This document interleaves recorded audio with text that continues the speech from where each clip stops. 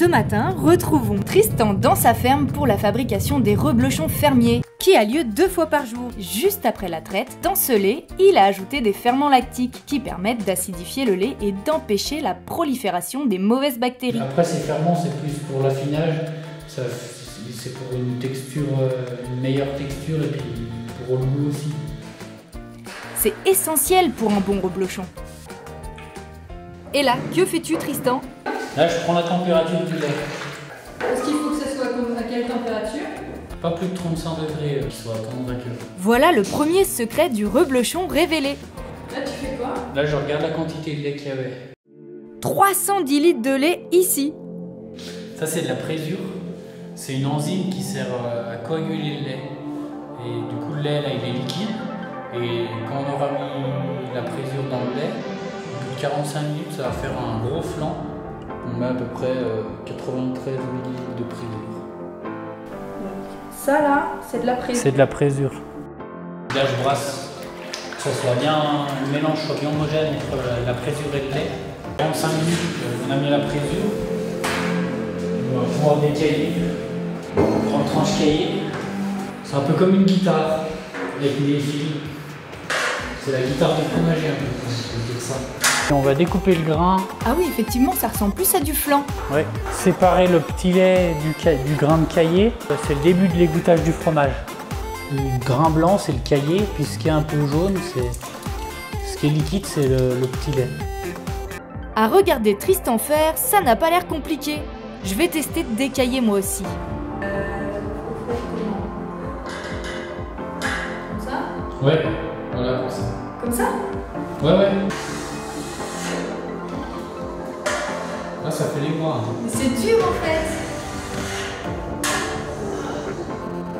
Et tu fais ça pendant combien de temps? Le décaillage dure à peu près entre 5 et 7 minutes. Matin et soir.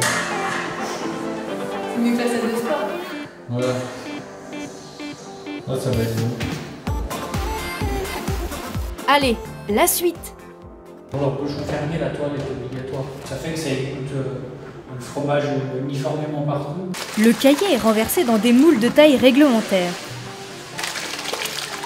Égalise pour que le reblochon fasse à peu près toute la même taille. Il y a des partiteurs, ça permet qu'il n'y ait pas de grain de caillé qui tombe entre les moules. Du coup, c'est pour ça que ça me permet de fabriquer tout seul. Chez nous, mon frère est plus vers les vaches. Moi, je suis plus vers la fabrication. Place au moulage, une première pour moi. Bon alors, comment il faut faire? Voilà, Ça a l'air simple, hein, ouais. ce que tu fais. Tu prends le bord de la toile, tu mets ta main en face, tu mets juste en face du bouchon, et tu lèves, tu fais sortir le bouchon comme ça. Voilà. Eh, c'est costaud. Là, tu le remets, prends-le dans ta main comme ça. Mais il va se décrocher. Non, tourne ta main comme ça. Et là, et puis là, tu le mets comme ça. je vais casser. Non. Je le mets comme ça, dedans. Ouais. Sans mes détails là. Non, donc là. T'avais dit que j'allais le lever. C'est continué, hein. Merci. Regardez à quelle vitesse Tristan démoule ses reblochons. Et du coup, le fait de les retourner, ça va leur donner la même forme partout. Bah, du coup, il va avoir la forme qui était au fond, du coup, après, il aura la même forme. Il est temps de placer la pastille de caséine verte, qui se mange. Donc là, il y a marqué quoi dessus? Là, c'est le numéro CIR, syndicat interprofessionnel au reblochon. VE7, c'est un numéro de lot. Livre de producteur, 352.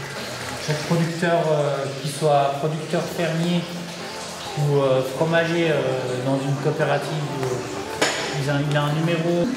Le fromager aura une pastille rouge et le fermier aura une pastille verte. Ce qui permet une traçabilité efficace des reblochons. Et on ajoute ensuite des poids pour bien presser les reblochons qui seront démoulés plus tard. Et là, maintenant, tu vas faire quoi? Là, on va démouler les reblochons de ce matin. On va les mettre dans la saumure. Là, on enlève les poids. Le reblochon, dans le cahier des charges, il a une taille, un poids. Pour faire les reblochons, tous les moules ont cette taille-là. Qu'ils soient fermiers ou laitiers, ce sera le même moule. Ça sert à quoi les petits trous? C'est pour les goûtages du fromage. Chaque reblochon doit faire 14 cm de diamètre et 3,5 cm de haut. Son poids est compris entre 450 et 550 grammes et il en existe aussi des petits. Là, on va les mettre les reblochons dans la saumure. Et là, ils vont rester 2 heures de temps. Et c'est quoi la saumure? La saumure, c'est une eau saturée en sel. Et là, du coup, ça va faire la croûte. On les met dans de l'eau salée comme ça. Chacun prend sa dose de sel qu'il a besoin. Ce qui permet de stopper l'acidité du fromage. Là, on a le séchoir. Alors là, les reblochons, on va les mettre sur des planches en épicéa. Là, ils vont finir de s'égoutter. On va les tourner tous les jours jusqu'à qu'ils ont une petite pellicule grasse qui se forme autour. Un peu gras autour, c'est glissant, gluant. Du coup, avec la machine, on va les passer les fromages dedans. Et avec les brosses, ça va frotter légèrement la surface du fromage pour enlever cette pellicule grasse. Et si on fait pas ça, qu'est-ce qui se passe? Après, si on fait pas ça, c'est que les fromages, ils sécheront jamais et ça va toujours rester cette pellicule grasse autour.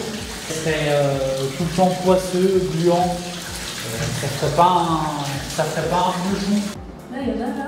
Ah, ils dépassent. Ouais, ceux-là, ils sont vraiment larges. Ils seront tendres. Ils seront crémeux, vraiment crémeux ceux-là. Et avant de pouvoir les déguster, nos chers reblochons vont devoir être affinés durant au moins 18 jours. Pourquoi on retourne les reblochons? Pour qu'ils sèchent uniformément de chaque côté. Puis après, la planche, elle régule aussi l'humidité du fromage. Bon, merci pour tout. Et nous, on se retrouve bientôt.